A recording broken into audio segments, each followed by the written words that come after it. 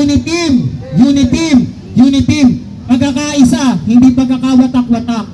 Pagkakaisa po kami at hindi pa rin po kami titiklop sa ipinangako nating pagkakaisa noong Mayo 2022. Kaisa mo pa rin po kami, President Bongbong Marcos.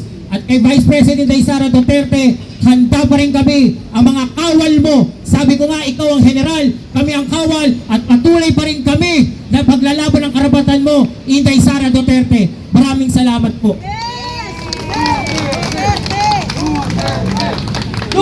Sasalita pa po ba? Sasalita po. Ano? O sige po. Isa na lang ho ang request ko po. Kaso, kantahin po natin yung bayan po ni Ka Freddy Aguilar. Siguro kabisado nyo naman po, di ba? Para tayo po ay...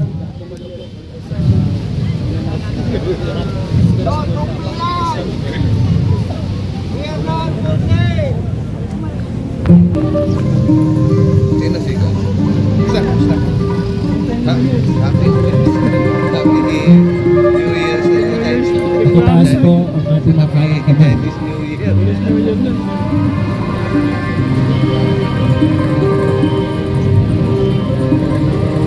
Ang bayan kong Pilipinas, lupain ng ginto't bulaklak, pag-ibig na sa kanyang palak, nag-alay na ganda't tila, at sa kanyang lumi at ganda, dayuhay nagnahalina.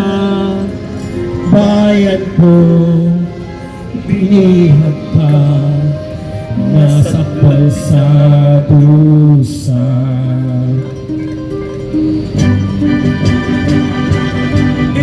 Kung mang may layang lumipad, tulungin mo at umiiyak. Bayan ba kaya't sakdal nila ang di magnasang makaalpas? Pilipinas kong minumutya, hugad ng luha ko't darita, ating hadwika, makita kang sakdalaya.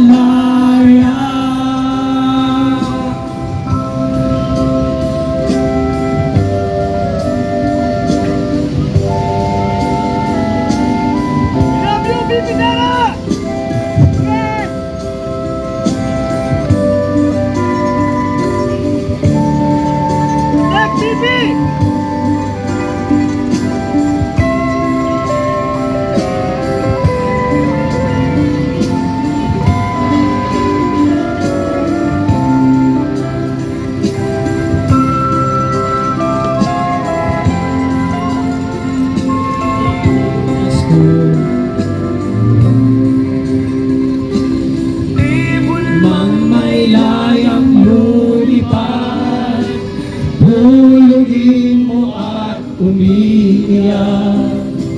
Bayan ba kayang sakdal nila ang iyong nasang makaalpas? Pilipinas kong minumutya, hugad ng luha ko't darita, aking hadwika, makita kang sakdalaya. Sara Duterte! Duterte! Duterte! Duterte! Okay na po. Maraming salamat po.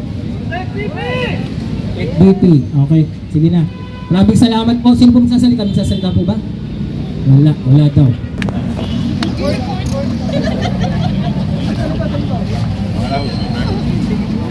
Okay na po tayo. Okay. Bali, ay kung mga yung parang sama-samang effort na parang simultaneous, wala po kasi sa inyo, wala po kayo lang, nagkakaroon sa rin. Magandang lang po yun. Ang nangyari po ngayong gabi po, tawag po ako, nagsuporta po kay VP Sara dito sa lungsod ng Maynila, dito po sa NCR. Kasi po, alam naman po natin, sa Davao City po, mainit na po ang suporta kay VP Sara. Kami naman po, mga taga Maynila, so ipinakikita lang po namin sa kanya, yung mainit pa rin po namin suporta sa kanya. So nagpahirap po kayo ng pagdadismaya dahil sabi niyo kanina patuloy na sinisiraan, binabati po si Vice President Sara Duterte. Ano po ang masasabi niyo dito? Opo, doon po kami nasasaktan. Hindi naman po dahil kami po ay nagsisipsip o ano pa man. Kaibigan po namin kasi si VP. At bilang po kaibigan, masakit po na nakikita mo yung kaibigan mo, nagtatrabaho po ng tama, wala pong masasamang sinasabi, pero araw-araw po sigu-segundo siyang sinisira ko ng ibang mga tao. Hindi po namin malaman kung saan po nanggagaling yung galit po na yun sa kanya. Ano bang panawagan ninyo, sir, doon sa patuloy na naninira o mano kay Vice President Sara? Opo, ang panawagan lang po namin, pagkaisa muna po tayo. Tigilan na muna po natin yung pagkakawatak-watak kasi nakakaawa po yung bayan po natin. Marami pong nagugutom, marami pong hindi makakain ng 3 beses isang araw. Ang panawagan lang naman po namin, pagkaisa tayo kasi tayo po yung nanalo. Tayo po yung unity. Tayo po dapat yung magkakasama. Pero parang lumalabas po ngayon, parang oposisyon na po kami. Parang kaaway na po kami. Kaaway na po si VP Sara. Ang kinalulukot ko bilang kaibigan po ni VP Sara, bakit po ba, ano po ba ang galit sa kanya? Ba't po siya araw-araw sinisira? Kung sa 2028, sabi nga po niya, ilabas niyo na po siya sa listahan. Kung yun po ang threat, hindi po siya threat, kundi kasama po natin si Sara sa pag-unlad, kasama po ni Pangulong Marcos. Kasama niya po kami, magkakasama, tayo po ang unity. Sir, ano po yung mangyayari if ever na patuloy pa rin ang paninira? Ano pong maaaring gawin po ninyo? Ako personal, patuloy pa rin ang sigaw ng suporta sa kanya. Magtutuloy-tuloy pa rin ito. At ipakikita pa rin namin sa kanya na hindi lang sa Davao City o sa Mindanao ang suporta sa mga Duterte, kahit dito sa lungsod ng Maynila, kahit dito sa NCR, sa Luzon, kahit na nandito rin yung mga naninira sa kanya, mas marami po yung nagmamahal sa kanya. Narinig namin na kahit walang bitawan. So may sakasali, hindi ko namin din kasama dito na magpatuloy paninira. Expect naman kahit kung mga activities ito kami na. Opo, kinoconfirm ko po yun. Kami naman po, payapa naman po kami naglulunsad, karapatan naman po natin ito bilang Pilipino magpahayag ng aming sentimiento. Patuloy po ang paninira sa aming pinakamamahal na kaibigan, Sara Duterte. Patuloy pa rin po kaming sisigaw at ipamamahagi sa mga Pilipino na kami po ay suportado pa rin namin. Ipoprotektahan po namin. So yung panawagan niyo kay President Marcos sa gitna po ng sinasabi po natin na patuloy ang paninira kay Vice President Sara? Opo, ang pakiusap lang po namin kay mahal namin Pangulong BBM, sir, pakitulungan lang po si VP Sara sa mga nangyayari ito. Kung ano po tayo ng unity, sana ganun pa rin po. Alam naman po namin na ganun pa rin naman po, lalo na yung pagtulong niyo po sa kanya. Ang kinasasama lang po ng loob namin, yung mga ibang tao po na ginanira sa kanya, protektahan niyo naman po siya. Samahan niyo naman po siya. Kasi talaga yung pagmamahal namin sa kanya, ay ganun din po ang pagmamahal namin sa inyo. At tayo ho yung unity. Tayo ho yung nanalo. Dapat tayo po yung magkakasuportahan.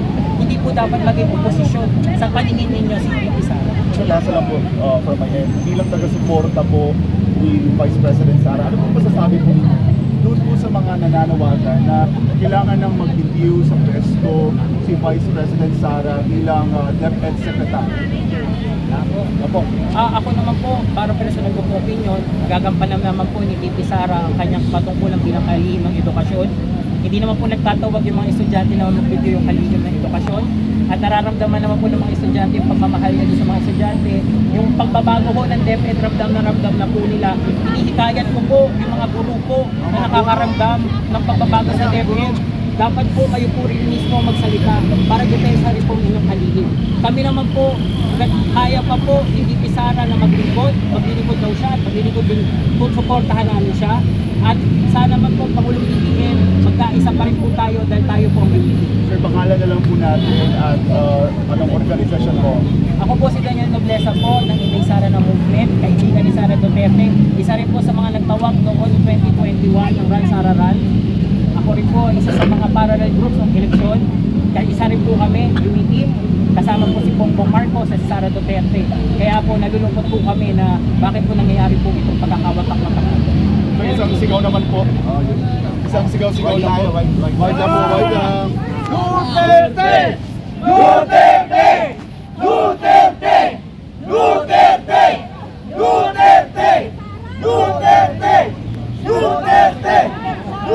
Duterte!